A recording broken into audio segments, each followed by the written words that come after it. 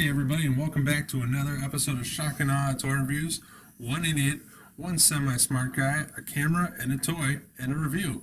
Today we are reviewing the Locker Toys Zombie Lab Series 1 Wave 1 Banner 1/8 scale action figure. That's right, true believers. We have our guest reviewer tonight, Mr. Topher, and I am Mr. Berg, filling in for Wilson as he is out sick with the ganja smoke. The ganja smoke, yeah. No, that's the treatment. Oh, that's the treatment. Yeah. It is also the illness and the cure. Yeah. Like alcohol. There's the box with a nice drawing of Dr. Bannerman. Yeah, you get Banner here. Now, normally, I think it's Shock and Awe tradition to just kind of chuck this over the thing, which we're going to do here in a second. I want to point out, though, how badly crushed and damaged this package is. More on that later. But now, let's take a look at the toy. So this is Banner. Banner is from my collection. Rick, you haven't really spent much time here with Banner, so I want to hear your initial thoughts about this before I say a single word. My initial thoughts is it looks like a missing G.I. Joe figure with a much better head sculpt than most Hasbro toys the last time I bought a new G.I. Joe. Yeah, that sounds about right. The scale sculpt looks almost exactly like the last time we had 3 3/4 inch G.I. Joe guys that weren't $83 a figure. So, for those of you who don't know, back in August of 2017, Locker Toys, which is a new company, did a Kickstarter for this Zombie Lab set of figures. It was a fully funded Kickstarter. They actually got $200,000 out of their original $80,000 goal. So it was a very well-received Kickstarter. They unlocked a ton of stretch goals, and the basic concept of Zombie Lab, if you couldn't figure it out, was 3 3/4 inch zombie figures and survivors to fight these zombie figures. This is the Kickstarter that I super wanted to participate in until I found out the main ingredient why I didn't want any of them. Yes, which was...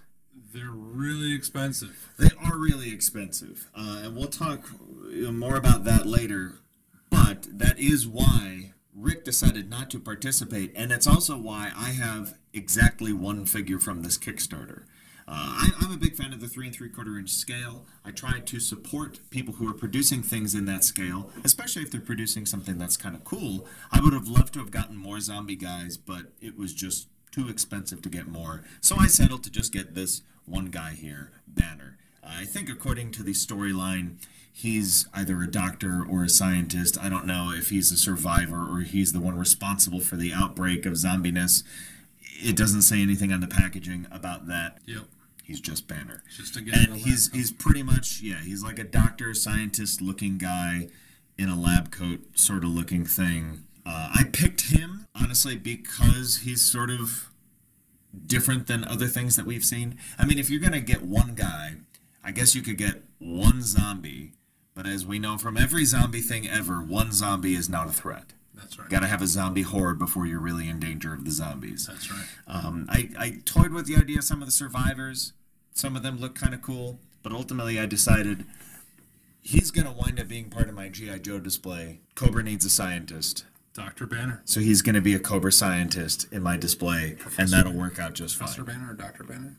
I think it could be Dr. Banner. For those of you who have participated in any Kickstarters, particularly for toys like this, you know that it is sort of infamous that they take a whole lot longer to get than they think they're going to take. So Locker Toys used the articulation and figure build scheme from Boss Fight Studios to build their figures. I remember when the first Boss Fight Kickstarter came out, from the time the Kickstarter ended to the time that we actually got figures in hand was at least 2 years? And they had thought it would be more like a year. Yeah. And since then, there have been other Kickstarters that have come in a reasonable amount of time. I think Marauder Task Force has done a good job of continuing to get their stuff out. Of course, that shows their experience having gone through the effort before. You know, they have good connections with the factories that they're working with now, etc.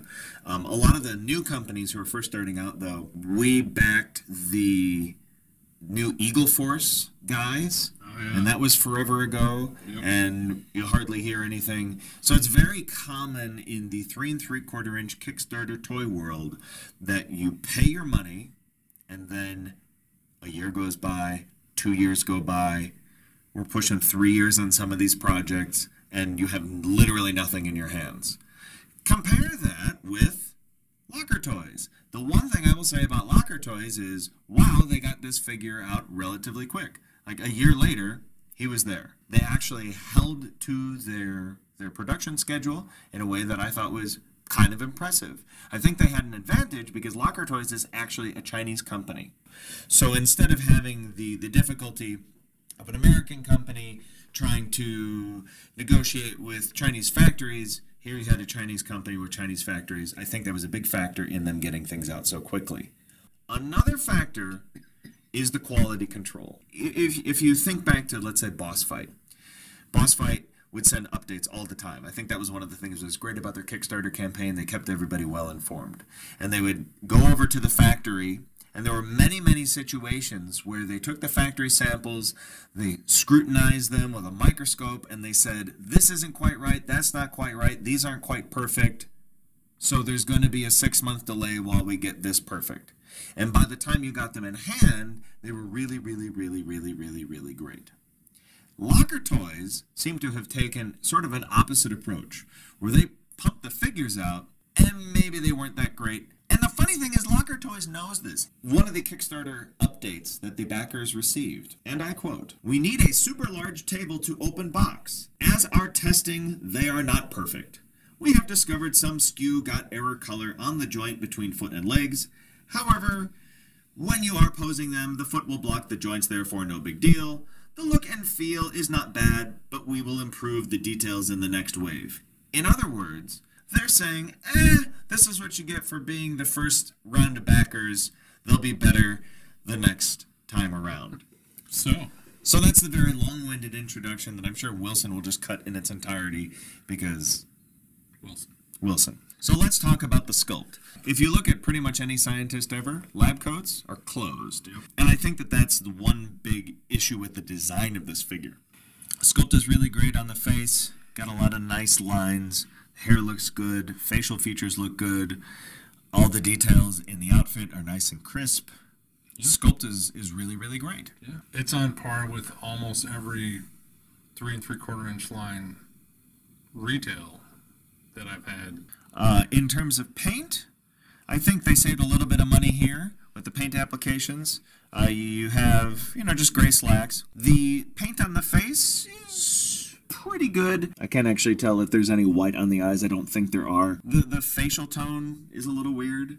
He looks like a dirty white guy. It doesn't quite match his hands either. If you look on the top of his head, you can see some blotches. So the paint is definitely weak. He's a $31 figure, not including shipping. Yeah. And at that price point, that paint is kind of bad. How's his articulation? Articulation is great because, again, they're using the figure construction from H.A.C.K.S, from the Boss Fight Studios. So you're going to have hinge and swivel joints in the shoulders, in the elbows, in the wrists. You have a nice rocker in the stomach, great ball joint on the head. You've got ball joints in the legs. You've got double pin knees. This would be an example of what they were saying, but don't worry, you won't notice that bright white peg on the black. He's wearing socks. There you go, Rick. All is well in China. The articulation is actually probably excessive because what do you need this guy to do? Kind of stand around? I need him to run from zombies. If I could afford $31 zombies. Sure. He's great in terms of articulation. But again, that's because the system that he's built on is a great system. Mostly. Should we talk about some accessories? Sure. What does he come with? Well, for starters, he comes with a display base. It's kind of a wrecked piece of pavement. There's a sort of manhole cover looking thing in here, and it has 2 foot pegs. So does it have inverse foot pegs? I don't know what those are for, to be honest with you. They are little holes in there, and they're too perfect to be part of the damage of the SCULPT. So, but I don't know what they're for. Sure. Comes with this bloody golf club. I don't know. It's like a 5-iron or something. It's actually a pretty nice little accessory. It's properly scaled. It's nice and thin.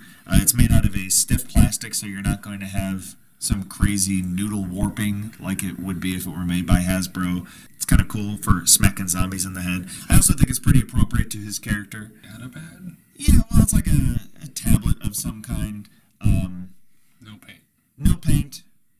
A little sticker with, Sure. some icons or something would have gone a long way, but I don't really feel like it's missing that, because most of the time that you would use this accessory, you would have him holding it, facing him, so... Be sitting on his desk. Yeah. He also comes with a very tiny cell phone. Again, no paint. Cute little accessory. I'm sure it will be easily lost. Except by me, because I never lose any of these little accessories.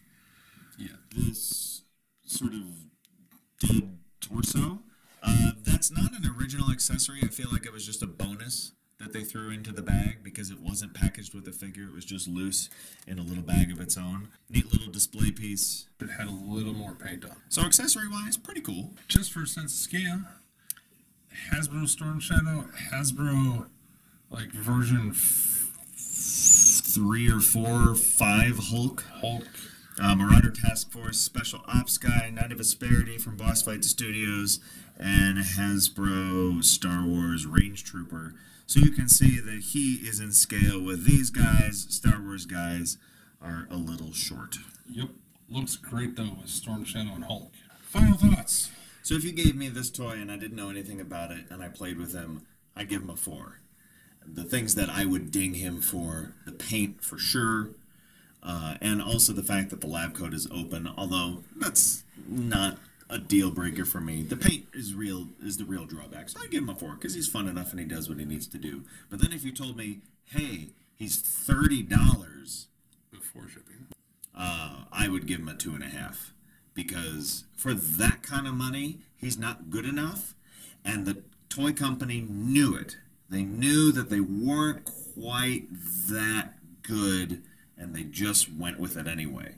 And as evidence, not only do you have all the Kickstarter updates, but the fact that this was shipped to me in a plastic bag, which is why the box is totally fucked up and crushed, because it was just in a plastic bag. Not a box with bubble wrap, not even a padded mailer. It was shipped in a plastic bag. So this toy company is cutting corners on things, and they know they're cutting corners on things, and they don't care. But that gives you a 2.5 out of 5 hammers. Wow. And if they do a second series, I won't even look at it. Wow. I would agree with your initial assessment that he would get a 4 out of 5, even though he's a lame character. But everything you just said and what I've learned, I'm going to give this guy a 2, because he looks good enough to be in a display. He's fun to play with for what he is. But man, what a shitty company. I can't believe they will ever get another figure sold unless people just don't care. Because I care. I care about things like that. That seems really stupid. And it's funny, like all my Marauder Task Force guys, they don't even come in boxes. They get shipped in little bags like this. And to me, that's great, because that's what I expect. But when you come right out and say, this is of poor quality and we're okay with it, even if I wasn't expecting that, like, I don't care about the box. Sure. But when you put them in a box and then ship the box to me in a way that the box gets damaged, to me that reflects on your company. Everything says this company's bad. And if you don't care about your box, then don't put it in a box. But if you're going to put it in a box, show some respect for what you're trying to do. Sure. Because, when it comes to Kickstarter, I think the reputation of a company, how that company carries itself, how it communicates with everybody, really is important. For sure. Because you can't go to the store and make a decision there. You have to decide a year or more in advance if you're going to spend a fair amount of money. Yeah. And that counts. So am I going to give them money a second time around? No. They have their go. I'm happy with what I got, but our business has ended. Take that, Locker Toys. Thank you to all our subscribers on our YouTube channel. Thank you for following us on Facebook, Twitter. Thanks for our Patreon subscribers. Thanks for trying our Patreon if you do. That's it for another episode of H.A.C.K.S Toy Reviews. Maybe Wilson will come back. Give us a zinger, Rick. Oh my golly gosh, yes. Banner smash. Yay!